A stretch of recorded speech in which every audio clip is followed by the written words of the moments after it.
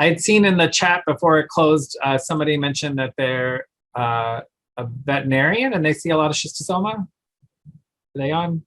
Yeah, that was me. I'm a vet at a specialty hospital in NC State, so it's a little bit, obviously biased because I see things that are refractory to treatment. And I would say heterobilharzia americanum is one of the more common things that we'll diagnose in animals, especially from like the Gulf region in Texas, which is where I'm from. It was really common. Huh. That's interesting. I didn't realize that. Yeah, and horses as well. So dogs and horses would be the most common. And then do you treat it? We do our best. We treat them with fenbendazole usually. Horses they get the liver form, whereas dogs tend to have more of the granulomatous GI form. And it's a little bit more susceptible to treatment. That being said, there are some that can't seem to clear it. And so we either put them on like long-term anti-parasitics, or we just kind of retest them to see like what their, egg burden is at the time that we retest them.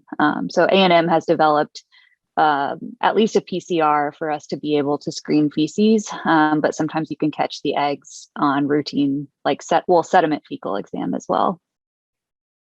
That's fascinating.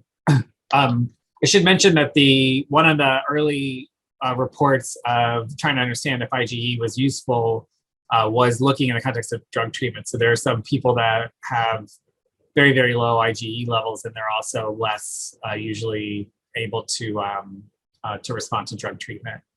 And so the thought is that the drug works by sort of opening up susceptibility to enhance immune-mediated effects. Interesting. It would be interesting to know because like in dogs, well, in animals in general, parasitic disease is really common. And so we get a lot of IgE-mediated hypereosinophilia. But no one, I think, really looks at it in terms of what, proportion of dogs have a mild, moderate marked eosinophilia versus those that clear the infection. But I think it would be interesting to know. That's really interesting. Yeah.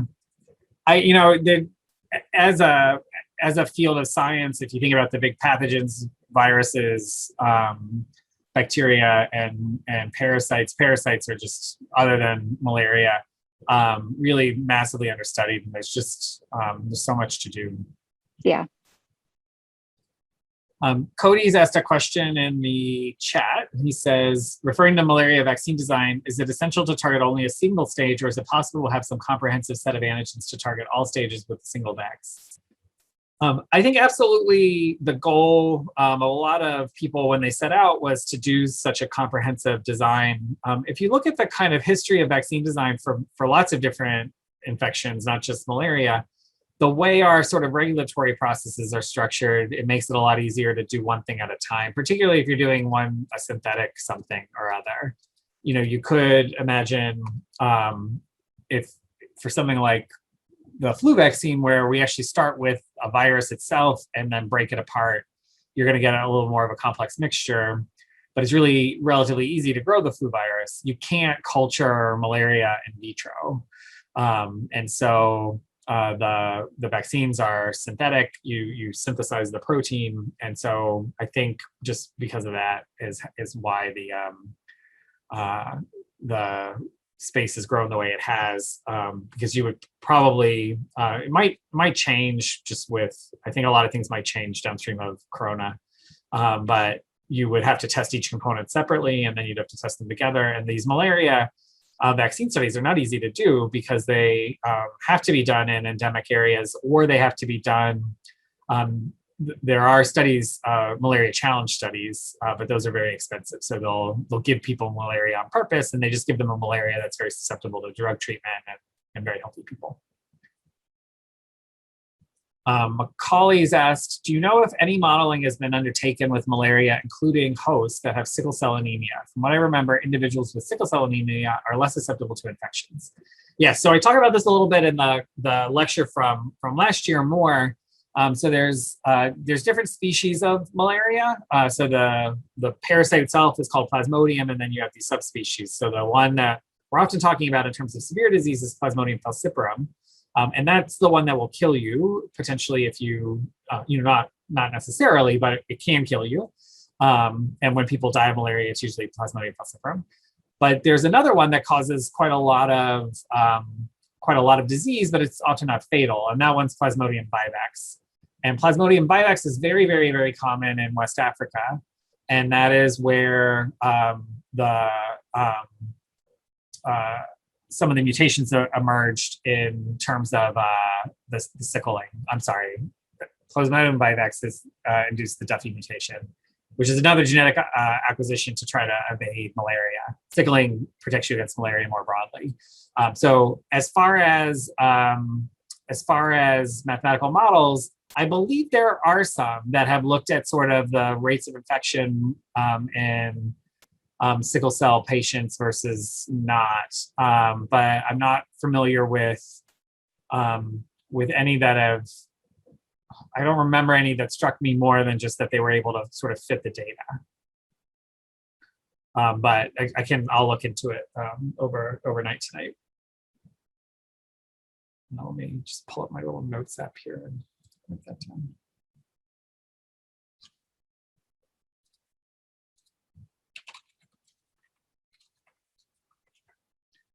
And then Christopher says, sorry if this was discussed and I missed it if the video are live, but I recall hearing that erythrocytes don't express MHC or as much at all. Is this accurate? Is it relevant for malaria immunology? It is. They do express some, and it depends on the species and it depends on the stage of the red blood cell. But it's kind of the reason why those CD8 T cells aren't maybe super important in malaria. The liver cell where the malaria gets infected is where the sporozoite infects and you form the schizont and the early seeding of the whole infection. That has MHC on it. And so that can be targeted effectively by CD8 T cells, so MHC class 1. But yeah, targeting a red blood cell by T cell mediated killing is not super efficient for a variety of reasons. So that is correct and very relevant for malaria immunology. Though it's not absent. So there are efforts there to try to deal with it. But the blood stage vaccines have dealt a lot with antibody targets to try to target the as the parasites come out of the red blood cells to block them from going in more red blood cells. There's just so many at that point, and their replication efficiency is so big that if you aren't perfect, it almost has a negligible effect.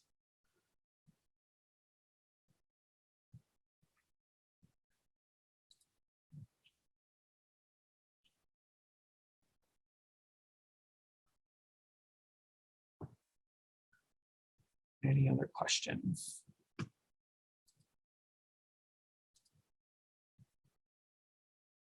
I can tell a couple crazy parasite stories.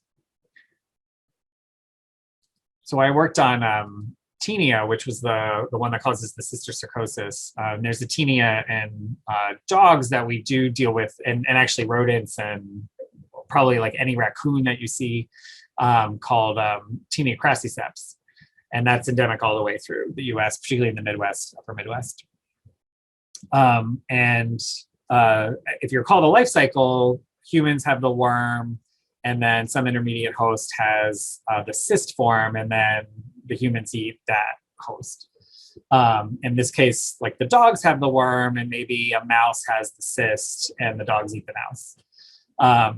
So those cysts are really interesting because while they like to live in the mouse tissue and get eaten by a dog, and then the dog will have the sexual stages of the parasite that'll create the worm and the eggs, the cysts can actually asexually reproduce, and they sort of move a little bit too. And so you can open them up in a mouse and you'll see an infection in the peritoneal cavity of these cysts sort of butting off each other and growing.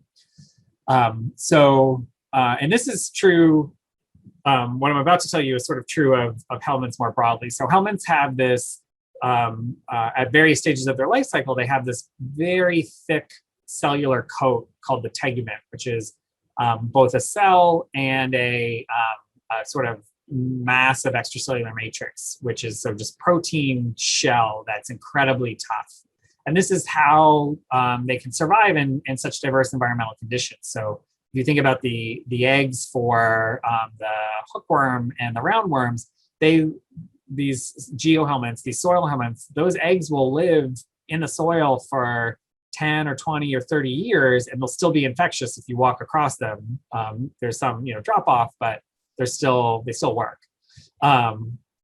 So we had these Taenia crassiceps cysts, and my PI at the time would store them in straight formalin, just at room temperature on the benchtop. And he had this one that he had kept, this like little massive cysts for like 10 years.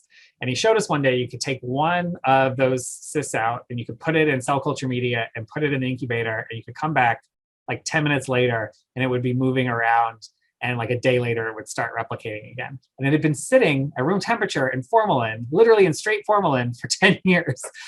So like the biology here is just so fundamentally different from anything else that we deal with in sort of mammalian biology, even viral immunology, viral bacterial immunology. They're just so much hardier and have evolved to just live under such extreme conditions. Everything is completely different. Okay, we've got a couple more questions. Do you have any sense of the speed of Helminth evolution compared to, say, viruses or bacteria, and how that might relate to the size of the genomes? I assume it's much slower, definitely much slower, than either viruses or bacteria, but even potentially slower than something like malaria. They are pretty set. They're incredibly ancient. There's Helminths down that infect basically every even lower order species, down to very primitive species that have still worm infestations. And so they are pretty well situated to their hosts, and they're not under the pressure that bacteria and viruses are under, because the immune response isn't that great. So if you don't have this potential for long-term efficient sterilizing immunity, what's the pressure to mutate? If you can reinfect, in some of these longitudinal Helminth studies, people get reinfected within weeks of clearance. I'm sure with with some of the veterinary applications, if you're going out to the same pasture and you have the same exposure to soil helminths or other sources or water, you're just going to get infected again. And if there's no protective or very limited protective immunity, there's just no pressure. And if so, why mess with success? Macaulay then brings up this point about using helminths to treat IBD. So yes, this is a thing that's happened quite a bit. There were a number of trials sort of in the early 2000s that took Trichuris, which is a whipworm. So it's like a medium-sized worm, relatively small, I should say. And it's a whipworm because it actually sort of whips around and burrows in between two epithelial cells in your intestine. And they took, so it's a whipworm called Trichuris, and they took Trichuris suis, so suis for pig. The Trichuris suis doesn't replicate very well in humans at all. So this is again gets to this point that they're really just exquisitely situated for the host that they've evolved to be in. And so they started giving people with really severe autoinflammatory conditions, particularly of the gut, so IBD, Crohn's, colitis, Trichuris suis, and saw with the idea that it'll be a self-limiting disease because the parasite can't live for 10 or 20 years because it's not situated to the host. And saw some really promising effects. I think the studies weren't particularly large. And then it's also hard to think about how you would do FDA approval for a worm. And so I think that's kind of limited some of the effects as well. I was just going to comment that at least in cattle, ivermectin resistance is a pretty significant, thing that we face whenever we're trying to treat them for helminths. Generally, most farmers will tolerate a certain level of parasitism, but it does seem like, at least as far as I understand, helminths have evolved to be pretty resistant to ivermectin. I think it's like 15% of cattle will potentially not respond at all. And that's been a growing concern because ivermectin is a really useful drug against a lot of things. So I don't know if are you seeing any ivermectin resistance with heartworm? Yes. Well, we hypothesize it can be hard because at least most of the tests for heartworm obviously only test female uterine antigen. And so people will speculate that there is like resistance, but it might just be that there's uterine antigen left, or like maybe they didn't get the whole burden and thought the animal was negative, and then they had a male population and got reinfected. But we do think, especially down south, like near the Gulf, that there is post Katrina some developing resistance. So that those of you that give your dogs Heartgard, that's ivermectin. And ivermectin was developed, I think, by DuPont as a veterinary product for roundworms and agricultural products, and it turned out to be incredibly effective against another filarial parasite, onchocerciasis, which is river blindness, and so it's transmitted by flies that lay their eggs in the corner of your eye, and this is a significant problem in various countries in Africa. And ivermectin is incredibly useful here, and a well-tolerated drug, and it sort of shows the imbalance in terms of where research money goes and where development goes, because it was really developed kind of for the US agriculture market, and it was a byproduct that it actually had this incredible impact of human health and disease. The nice thing about it was, and I think it was DuPont, no, it was Merck, I think maybe it was Merck, just gave away the drug for the human applications because they were making so much money on it. They still make so much money on it for veterinary applications. But this has been a big fear, is some of these really potent drugs that were discovered in the 50s, 60s, and 70s, and that have been really useful for drug treatment, since vaccines aren't really working against worms. If resistance develops, then it's gonna really be a tremendous setback.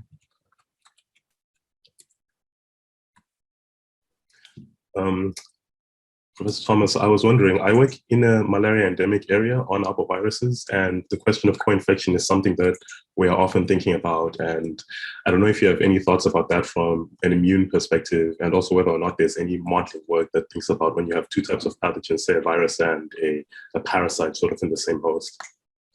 Yes, that is an excellent reminder for a thing I wanted to bring up in the discussion. So this is a huge area. I shouldn't say it's a huge area of research. It should be a bigger area of research. I think it's a very important area of research.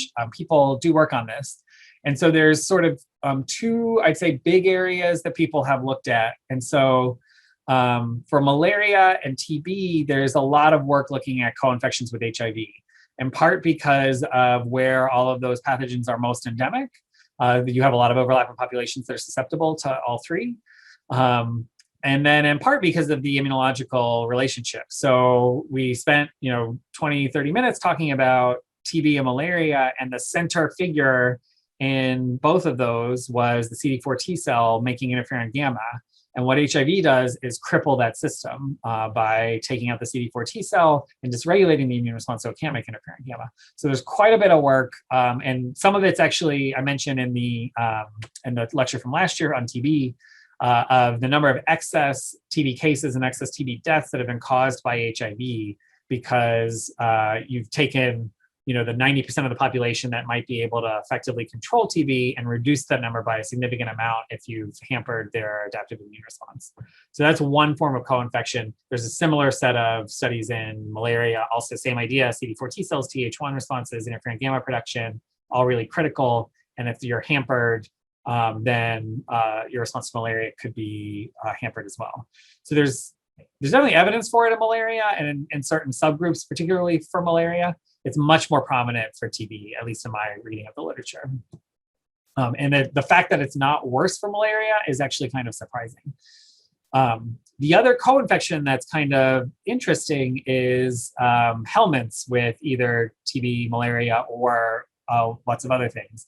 As we were talking about with Helminths, the way that they sort of get recognized by the immune system isn't necessarily, directly through the immune system eating one of them, because they're much bigger than the cells of the immune system, but through these excretory secretory products that are just shedding off the surface of the worms.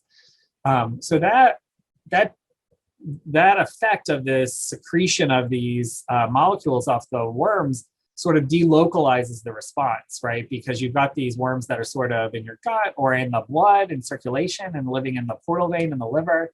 And so the immune response, I mean, it has gradients to sort of know where things are coming from, but you're getting this sort of generalized effect of having Helminth exposure. And this is a lot of the argument behind the hygiene hypothesis, is that it wasn't just that we had Helminths as a species evolutionarily, it's that we had the Helminths really toned our whole immune system, because you were constantly exposed to these antigens that were modulating your innate immune response. And so I showed you that image of the complexity of trying to work out how Helminth antigens are recognized, and that it's really this interplay with the type 1 response.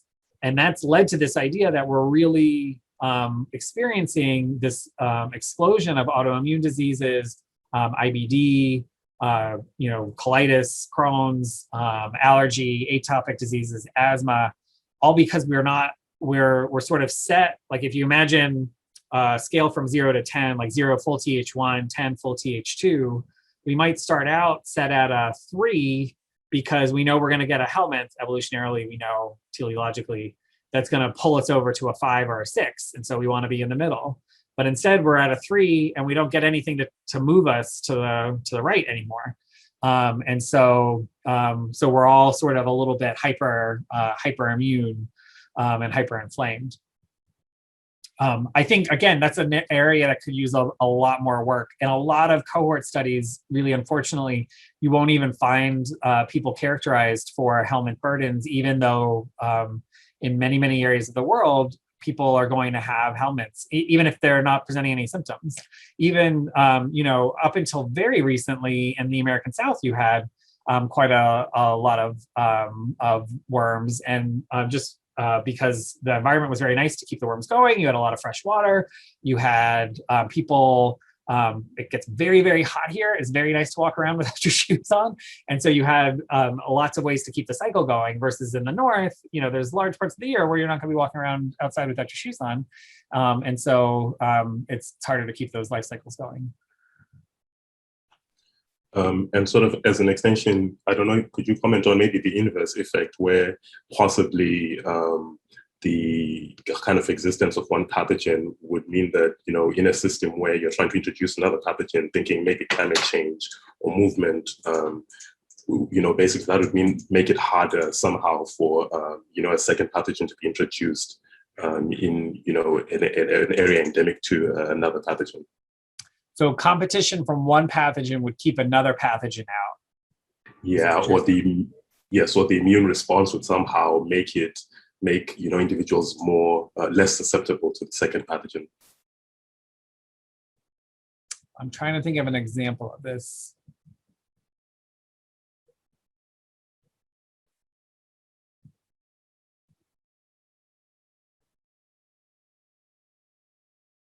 I mean, there's sort of extreme cases we could think of. Technically, the smallpox vaccine is a vaccination with a distinct species. But I think that's a little too literal for what you were actually asking. Similarly, you see this again within viral or pathogen families. So, good example is when we had the 2009 H1 influenza. At the time, we had another strain of influenza circulating, which was also H1, and the new 2009 H1 completely drove out the old 2009 H1, even though they were quite antigenically distinct, and in theory could have co-circulated. But there's a lot of immune-based theories for why the 2009, everybody getting the 2009 actually prevented them from getting the previous H1 that year, and it sort of interrupted transmission enough that it led to the extinction of the virus. But I like that idea a lot, and I have to think there must be, there is a literature on herpes viruses where herpes viruses sort of tone your immune response to be just generally more effective against bacteria, alter your microbiome, and make you much less susceptible to severe disease from certain pathogens. So Skip Burgeon had a lot of these papers in mouse models where you would infect a mouse with a herpes virus and show that they're actually much more protected.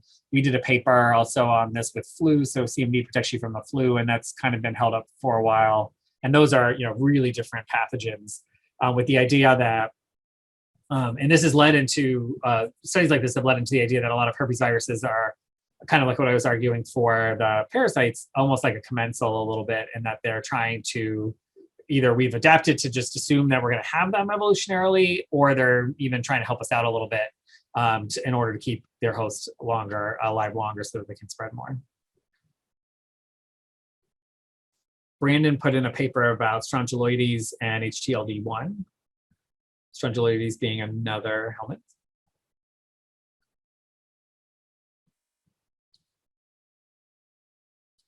But it looks like they're helping each other out more, helping the pathogens out rather than each other out.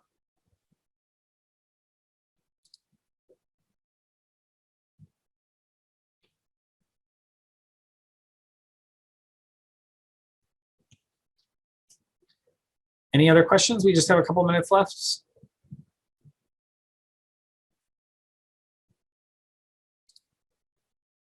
Can you give, you mentioned earlier, besides the immunomodulatory aspects, that like helminths can act as commensals and can provide benefits to the host. Can you give like a concrete example of that? I only think of it from a immunological perspective. And so, yeah, that's not quite a commensal situation. I think in some of these microbiome papers, I think that's where they're trying to make that case, is that they're working with the microbiome, potentially leading to certain colonization by certain types of microbiome. But I haven't seen anything definitive that convinces me that this was ever like a super positive relationship for us. And it would probably have to be one of the gut worms, just because all of the other worms do quite a bit of damage depending on where they are. Like it wouldn't be filaria or schisto or guinea worm or anything like that.